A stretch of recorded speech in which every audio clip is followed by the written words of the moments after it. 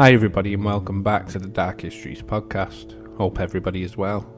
As always, thank you again for the massive support shown on previous episodes. It is greatly appreciated.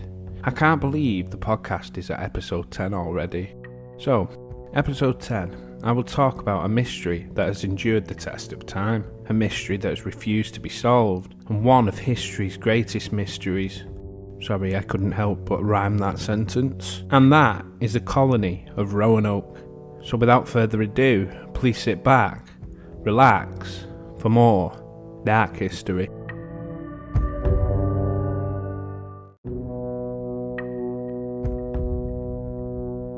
When Queen Elizabeth I decided that she wanted to colonise as much of America south of Newfoundland, she asked her favourite nobleman, Sir Walter Raleigh, to make this happen. Sorry, just going off on a tangent here, but I do find it funny how the Queen decided, you know what, I want to colonise that land, sod everyone else that's there, it's mine. Colonialism, such a terrible time. Anyway, back to the story. In something that sounds like an ominous fairy tale, Raleigh was given 7 years to set up a colony, or he would lose his royal exclusivity. The first attempt happened in 1584. Raleigh had got his funding together and sent a reconnaissance mission to North America. When these men landed on the Outer Bank in North Carolina, they were met by the natives. And the first attempt started pretty well. The settlers and the native built good relationships, and the natives even invited the settlers back to their village, which was situated on Roanoke Island, just off the North Carolina coast. The natives and the settlers, they would share trade. The natives would teach them to hunt and things they would need to know for living in the new land. The first settlers learned to coexist with the tribe on the island. So after a month, the first expedition was a resounding success. The possibility of colonising America was exciting to the settlers, so they packed up and sailed back to England and shared their findings with Sir Walter, which he then immediately set about getting funding and people to go to America full-time and begin a new colony. By 1585, everything was in place. He sent 600 men with 7 ships and enough supplies to last the group a year.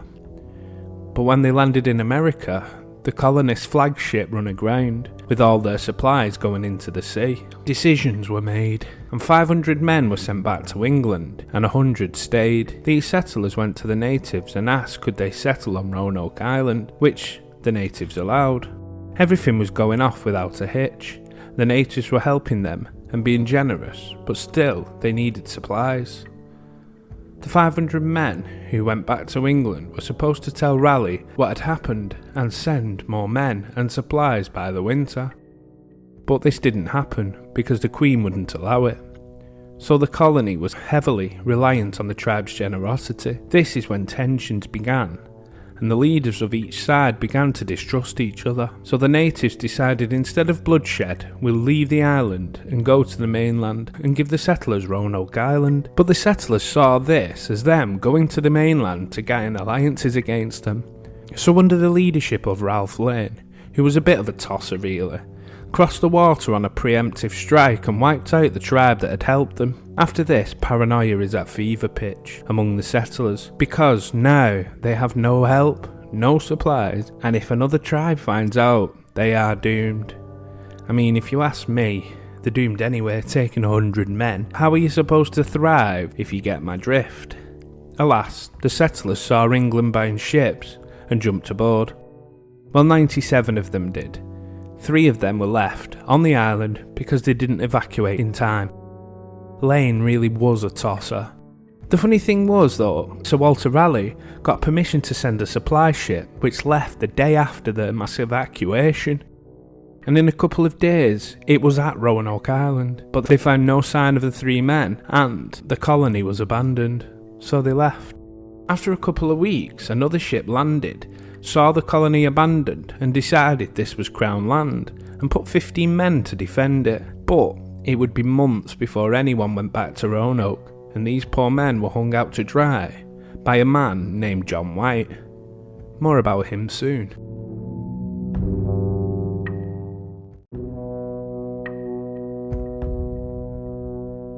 Unfortunately, the attempts didn't end there. After Lane's colonists returned to England in 1586, Sir Walter Raleigh, who had the land patent for a proposed English colony of Virginia, which was seen as a more fertile and sustainable land, tasked John White with the job of organising a new settlement in the Chesapeake Bay area, one of which would be self-sustaining and which would include women and children. During 1586, White was able to persuade 113 prospective colonists to join Raleigh's expedition. Within the group were White's daughter, Eleanor, and her husband, Ananas Durr, great name by the way, and later his granddaughter Virginia, who was the first British baby born on American soil.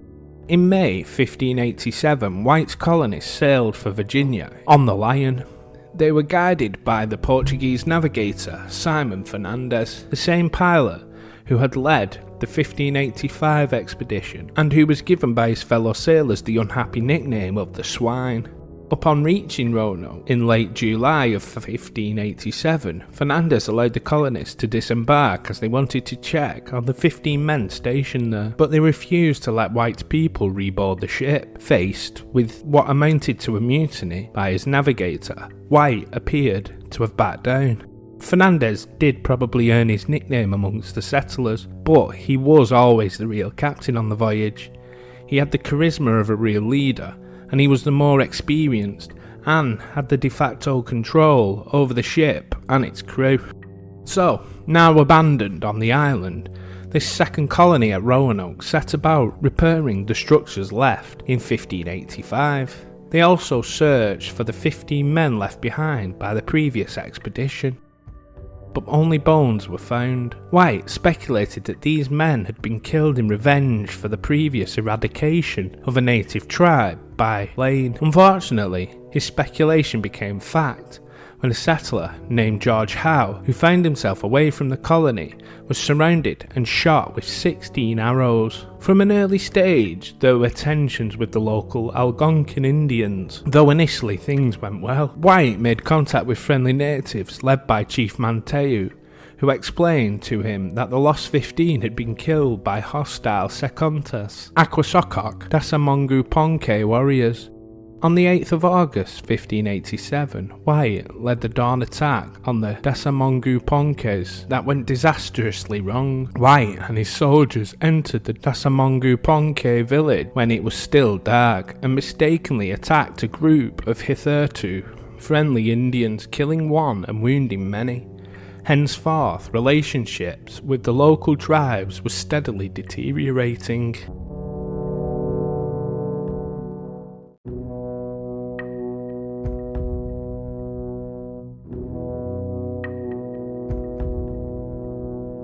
By 1587, food supplies began to grow short, and the settlers pressed White to return to England because the colony had been deposited in Roanoke rather than the Chesapeake area. Supply ships from England would be ignorant of Fernandez's change of plan and would most likely not land in Roanoke at all, and the settlement might not survive the coming winter. White was reluctant to abandon the colony though, but eventually he did return to England. Brilliant that, isn't it? Persuaded all these people to go to America, and then, at the first sign of trouble, up sticks and jumps off back to England. Anyway, misfortune struck White's return to England from the beginning. The anchor of the flyboat on which White was quartered could not be raised, and many crew members were severely injured during the attempts. Worse, their journey home was delayed by storms, and many sailors starved or died of scurvy. On the 16th of October 1587, the desperate crew at last landed in Smerwick, in the west of Ireland, and White was finally able to make it back to Southampton. Further bad news awaited White on his return to England. Just 2 weeks previously, Queen Elizabeth I had issued a general stay of ships, preventing any ships from leaving England's shores again. She wasn't making this easy, was she? But she didn't have a valid reason, and that was the Spanish Armada, because at this point Britain was at war with Spain. White's patron, Sir Walter Raleigh, attempted to provide ships to rescue the colony, but he was overruled by the Queen. In early 1588, White was able to scrape together a pair of small pinnacles, the Brave and the Roe, which were unsuitable for military service and could be spared for expeditions to Roanoke. Unluckily for White, they were barely suited for the Atlantic crossing, and the governor endured further bad luck as the ships were intercepted by French pirates. White and the crew escaped to England with their lives, and the journey to Roanoke had to be abandoned.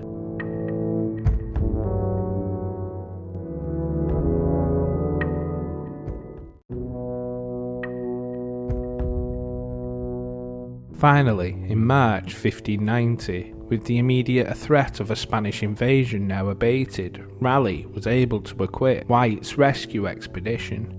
2 ships, the Hopewell and the Moonlight, set sail for Roanoke.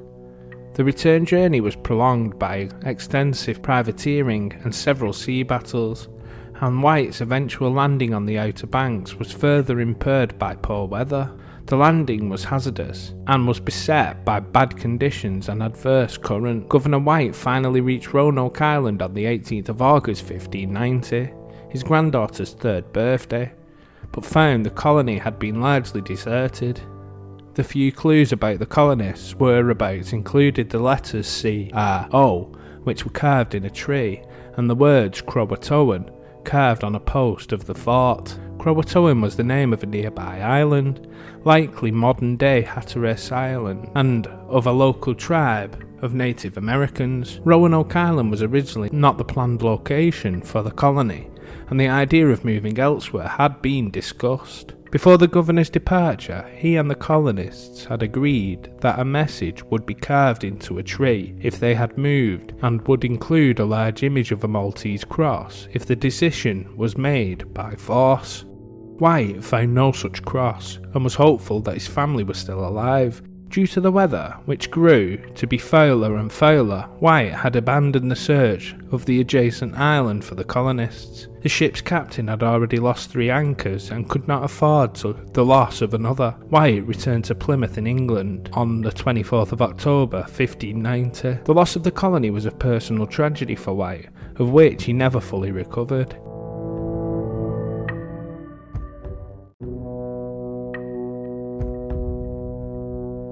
The only clues left behind were the words Croatoan, which sounds ominous until you realise it's the name of a nearby island and the tribe that the settlers were quite friendly with.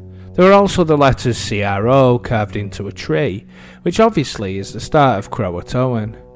Is it beyond the realms of possibility that the carver ran out of room? The fact that John White was forced to return to England because the Roanoke colony was starving says to me that life got a little bit too hard, and they went to Croatoans. They wrote the words to tell the returning White where they were going. Like when you go to the shop and you write a note to tell your significant other, well, you don't now, you text, but you know what I mean. The theory that they simply moved on is in force when you know that all the buildings were carefully dismantled. There was also no Maltese cross with any of the carvings, as the cross was a pre-decided code of distress. Plus, if there was any thoughts that there was a nefarious reason they left, surely that's put to bed when you think they had time to carve an 8-letter word. Not write, carve an 8-letter word, and another 3 letters after that. If they had time to do that, then surely they had enough time to carve a cross. There were also other attempts to see if the colonists were still alive, so Walter Raleigh launched an expedition to find them, but the whole thing was shady. You see, the 7 years of grace the Queen had given him was up, and there wasn't enough time to set up a new colony. So if they fudged the truth, they could say the colonists were still alive and thriving, so Walter's claim would still be viable. So Walter also tried to get the jump on a business lead in the area and used the hunt for the lost colonists as a smokescreen so he could put other people off. As time moved on, more attempts were made to find them, but it became harder and harder to work out the details. News was subject to time delays, biased, and misinformation due to parties spying on each other. We are an amazing species, aren't we? Different parties all looking for the same people, but instead of helping each other, we spy and lie so our group can win. There were also stories of massacres by local tribes, but I would revert back to the carving of, or lack of carving of crosses as evidence against. Also, there were reports of contact with a native tribe of fair-skinned and grey-eyed people, and who wore European-style clothes. Now to me, it's preposterous because the time frame wouldn't work out. We're talking at most 10 years here. How much integration could be done in that short amount of time?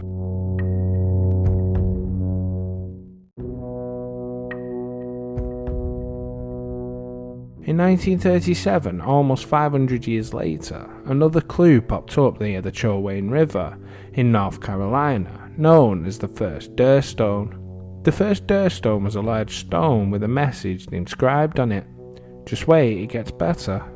The inscription was by none other than Eleanor White Durr. Her message, which was addressed to John White, her father, said that the colonists' misfortunes continued after he'd left for England. Many of the population had died of sickness or during wars, and that further massacres which had taken the lives of Eleanor's daughter and husband had whittled their numbers down to 7, and that the rest were buried in a mass grave a few miles east of the river. Interestingly, the references of 7 survivors is quite interesting because there were claims by a 17th century writer by the name of William Starchy, who had claimed that the Powhatan tribe had attacked a group of English people and 7 managed to escape.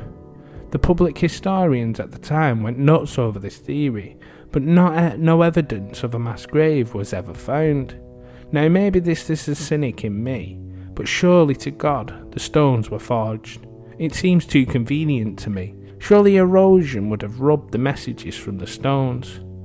Funnily, rewards were offered for similar finds, so naturally thousands of these stones came out of the woodwork, muddying the historical water, so to speak, and casting doubt over the whole thing. But in 2011, a major discovery was made which could give credence to the Dirstones. John White, by trade, was a painter, and he had created tons of maps of Virginia and North Carolina. At the time, it was customary that if you made a mistake, instead of starting again, you would cut a small square of canvas, correct your mistake, and stick it over. So it wasn't uncommon for maps to look like a patchwork quilt. For centuries, these maps of White's had been studied until some bright spark said, why don't we remove the corrections to see what's underneath the patches to confirm that they were mistakes? Turns out that one of these patches covered a star, which in those times symbolised a fort. This fort was 50 miles north of Roanoke, around the area that the Dirstone was found. But of course, this is just coincidence, and I get that speculation, my dear listeners. But what if the patch was placed over the fort just in case these maps fell into the wrong hands?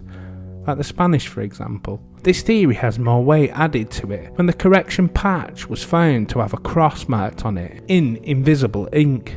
Only a person who was in the inner circle would know about the correction. The 2011 researchers began calling the site Site X.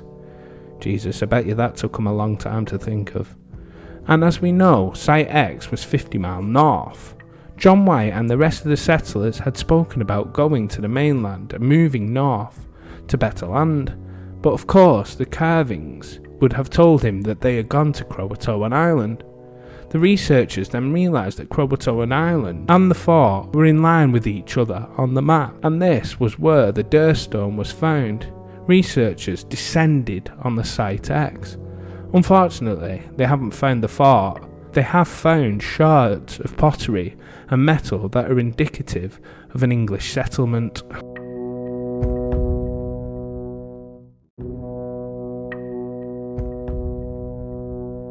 Well, that was episode 10, The Mystery of Roanoke. Myself, I do find this story interesting, but I find a lot of the theories hard to believe. I honestly think the lost people on the island had decided they couldn't last, so they headed to Croatoan Island and died on the way, whether it be on land due to hunger or on the boats travelling to the island. I mean, the main ships that White came back to America in couldn't get close to the island because of bad weather. Is it beyond the possibility that their boats sank and everybody drowned? Anyway, thank you again for listening to this episode. I would greatly appreciate if you could write a review for the podcast on your respective podcast provider. Share with friends and family if you believe they may like it. And if you want to hear more, maybe follow this so you can get the old and new episodes. Dark History has an email you can send your suggestions for episodes to, and we also have a YouTube and TikTok channel. All will be linked in the description below. So, please join me for the next episode and more Dark History.